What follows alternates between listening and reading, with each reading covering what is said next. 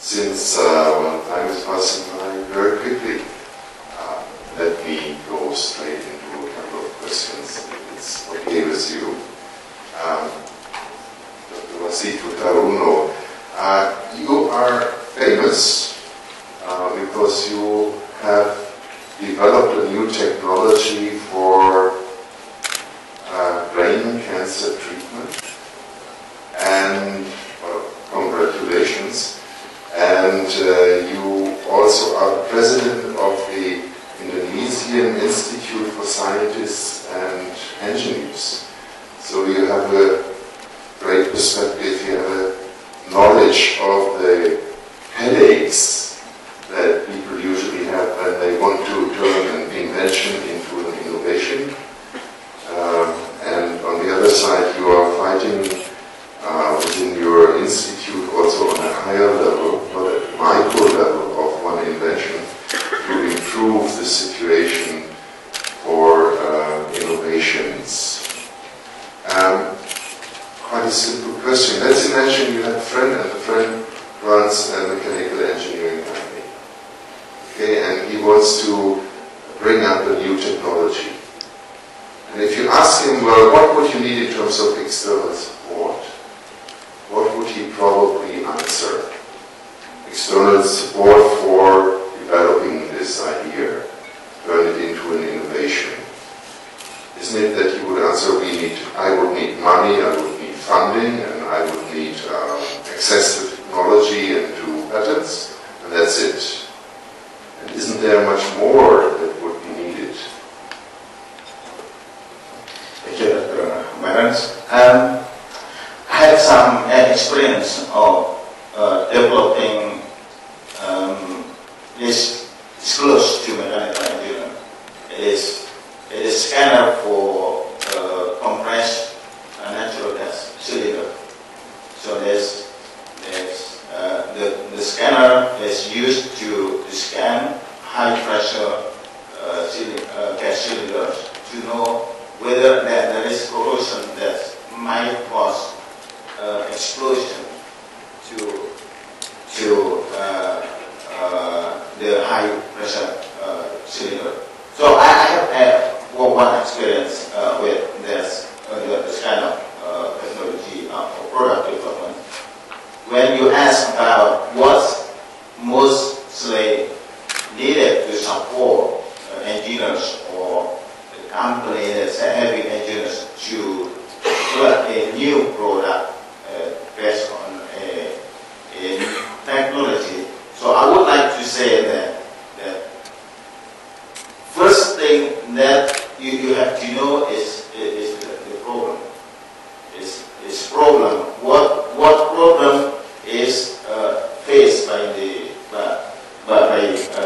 customer, the client.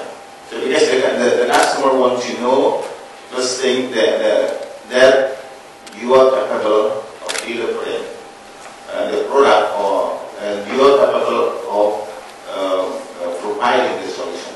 So it is not, usually it's not new technology is needed to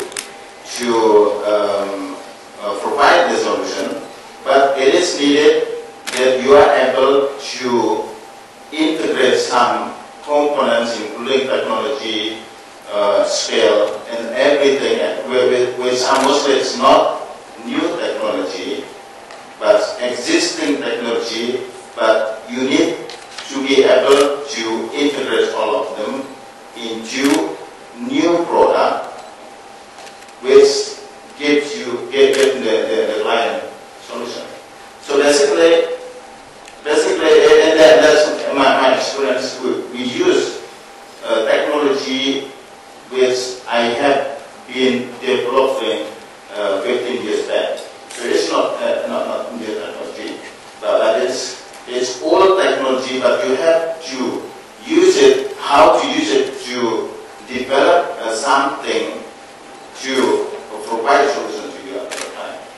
So basically there is knowledge. And the entrepreneur in this situation, is he left alone, or what would he need from outside in order to do that? Usually engineers doesn't know. They have skill. They have they don't know what to do with their skill. There's first thing that you have to advise them is what a solution that must be delivered with their skill. So that's pretty much that I agree with Dr. Billinger. How standby work. How standby work is, there are a lot of skill. The engineers mostly have skill, but usually they don't know the matter. They don't know what to do with their skill. So that they need someone to advise you, what solutions should be delivered, what components and scales should be gathered, and someone that guides you from the start to finish of the whole process. So it's a kind of a service that turns people into successful inventors or innovators. Basically, it is people-centered. Okay. And the value of that you see as even more important than the funding. It is the first thing that you have to do. You deal in the problem. The funding is necessary, but usually the customer doesn't care over as long as they are convinced that you are capable of delivering the solution, so they will pay. Yeah. So that's the funding. It will follow. Yes, the idea. Let's continue in order to have a chance for plenary as well. Mr. Billinger, yes, we have learned a little bit about Steinweiss Institute, and you are director of the Steinweiss Transfer Center, and you have a huge experience in worldwide with enterprises in innovation processes as well. Could you give a clear example, apart from Junghans and apart from the processes in Baden-Württemberg, a clear example for value innovation, for social and economic development, from your experience? A practical example. Practical example. I think I can dig a practical example out of our own company, Steinweiss, especially when I look at the theory, so to say, the innovation system, development, human capacity, and how this could be combined. We heard this morning, but this afternoon we heard that vocational training is very important. Lifelong learning is a message I am standing for, and what we have at Steinweiss University is a unique concept for such a method of lifelong learning. It is not only the university student, it is also a third party involved in that type of vocational training. It is a company, the private sector side, so to say, for effect on the innovation system. And there's a win-win situation between these three institutions.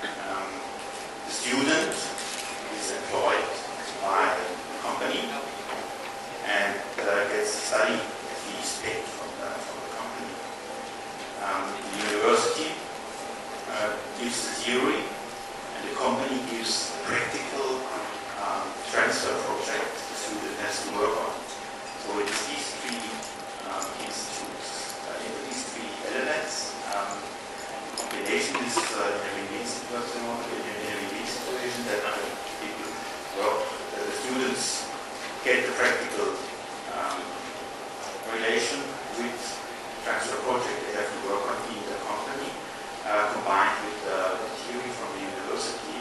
They get a unique form of university. Always very practical related to their working environment. So this is an example of how a part of the innovation system at least came to life. Yes. Is it replicable easily? It is. We did reproduce it in IBM in India, and same model. It is the basic model which works in Germany, which also works in other countries around the world. The only thing we need is local partners. But you are on the waiting list.